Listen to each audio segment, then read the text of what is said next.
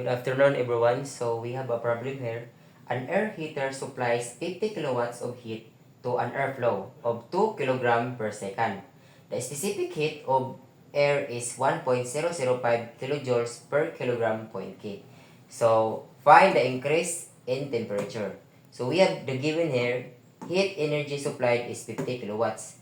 Airflow rate is 2 kilogram per second. Specific heat is 1.005 kilojoules per kilogram times K.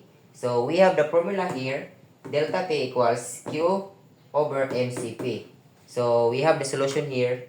Delta T equals Q over MCP equals Q is 50 kilowatts over M is 2 times 2 kilogram per second. CP is 1.005 kilojoules per kilogram times K. So, copy 50K over 2 times 1.005 is 2.01. So, divide this, we come up this answer 24.88 degrees Celsius. So, that's all. Thank you.